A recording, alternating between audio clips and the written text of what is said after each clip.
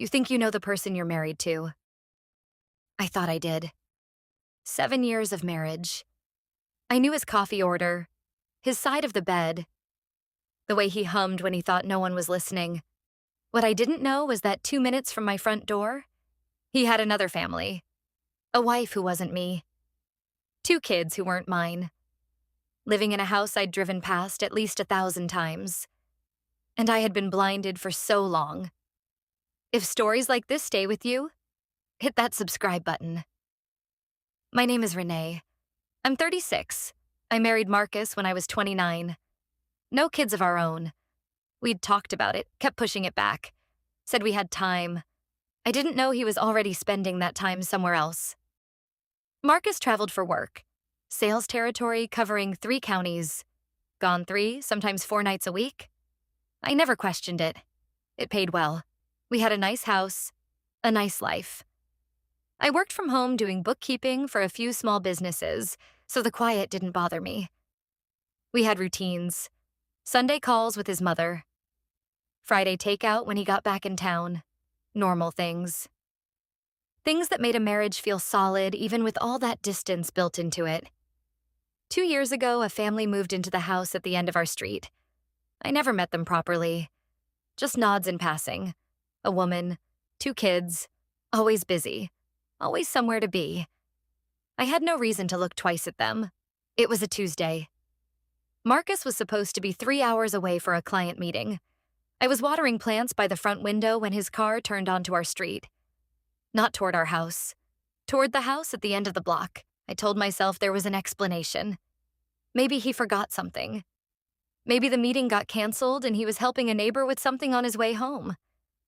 I watched him get out of the car, walk up to that front door like he'd done it 100 times. The woman opened the door before he even knocked. She hugged him like she'd been waiting. I didn't confront him that night. I told myself I needed to be sure before I said anything insane out loud.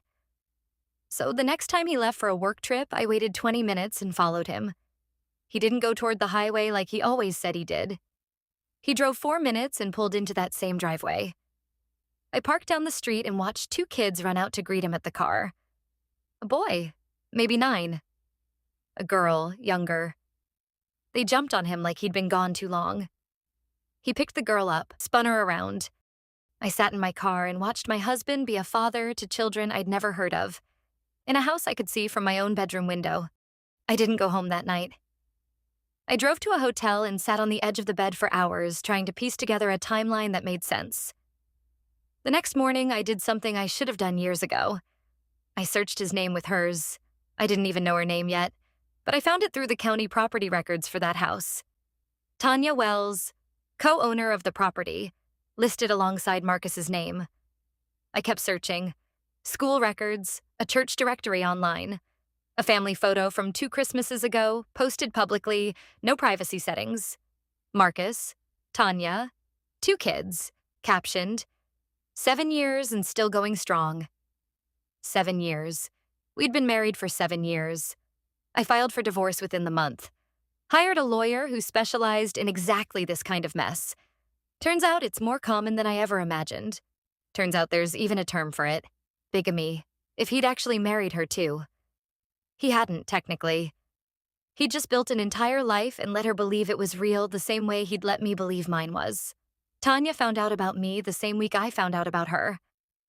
Apparently, neither of us had any idea the other existed. She was devastated in a different way than me. She had 2 kids whose father had just been exposed as a man with another wife on the same street. I had 7 years and nothing physical to show for it. No kids, no shared property in my name beyond the house, just years. Marcus didn't fight the divorce. Didn't really explain himself either. Just said it got complicated, and he didn't know how to stop it once it started. He moved in with Tanya permanently. Or maybe he always had been there more than I knew. I sold the house within 4 months. Couldn't stand looking out that window anymore. I don't trust easily now. Don't believe explanations without proof anymore. I think about those 2 kids sometimes. They didn't do anything wrong. They just had a father who was good at being in 2 places without either side noticing the seams. I wonder if Tanya ever drives past the house I used to live in. I wonder if she thinks about me the way I think about her. Neither of us asked for this. Both of us trusted the same man completely. You think you know the person you're married to. I thought I did. Knew his coffee order, his side of the bed, the way he hummed when he didn't know anyone was listening. I never knew there was a second version of all of that happening 2 minutes away. Sometimes I still catch myself watching for his car on a street I don't live on anymore. Old habits don't know the marriage is over yet. If this one got to you, hit that like button. Tell me in the comments, would you have stayed in that house or sold it like she did? I'll see you in the next one.